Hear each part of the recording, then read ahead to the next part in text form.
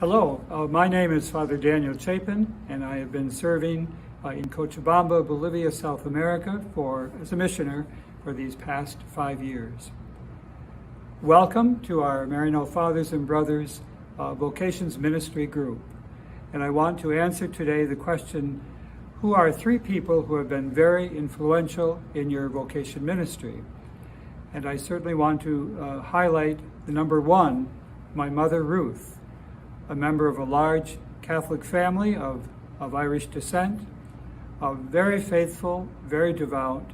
And since my father was a Methodist, I like to say I grew up in an interdenominational Christian Catholic family, the responsibility for baptizing and raising us as Catholic fell upon my mother, and she did a great job. She brought all 4 of us from the very beginning to participate in the life, the prayer of our small community, our small parish of St. Augustine's, in a rural community, in a rural setting. And that was the community that saw me grow. In fact, with my mother's lead, it was this community that I would say was my extended family, bringing me in gradually into the life and into the traditions of our Catholic faith. She was very representative, my mother was, very representative of that Catholic community. And I will always be grateful to my mother and to my parish community to this very day, and always. So my mother Ruth, number 1, as far as the person who most influenced me in my vocation. I also want to mention a religious sister, Sister Veronica Marie of the Ursuline Sisters. I had been in public school for my first 4 years, and then I was transferred to the Catholic school of St. Joseph's Ursuline Academy. My first experience not only in a new community, but in a Catholic educational environment.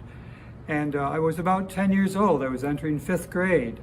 And Sister immediately saw that, of course, recognizing that I was new, unfamiliar with the surroundings, she began to pay special attention to me. She would take extra time between classes and even during study classes to perfect my cursive writing.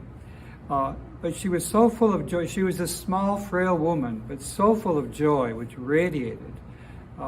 So generous with her time, so loving, that for the first time I began to think, someday I would like to be like Sister Veronica Marie. Someday I would like to be perhaps a priest to help people, imitating these virtues and qualities that she had so generously shared with me.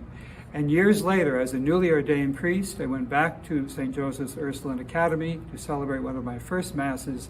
And of course, she was there along with all the other sisters. And I publicly expressed gratitude to all of them, but in particular to her.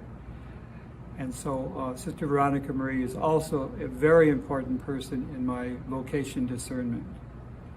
The third person I would like to highlight is the pastor of my parish, St. Augustine's. And these now were during my years as an adolescent and a teen. And Father John Weir was known for his vocation work. He would have a number of young men from the surrounding area involved in coming together for prayer. He would invite us to visit our seminary. Many of us became altar servers. My brother and I served for 8 or 9 years as altar servers. He modeled for me what it means to be a pastor. And these were the difficult years of the 1960s, bringing our parish through the changes of Vatican II. I can still see him guiding us, sweating, working hard to bring us all into the changes of Vatican II. He was just a great model, a role model, a great mentor, and so I will always be grateful to him, Father John Weir. I invited him to preach at my first Mass in my local parish. So these are 3 people. There are others, of course, but these are 3 who have proved to be very formative in those early years of my life, my childhood, my adolescence, my youth.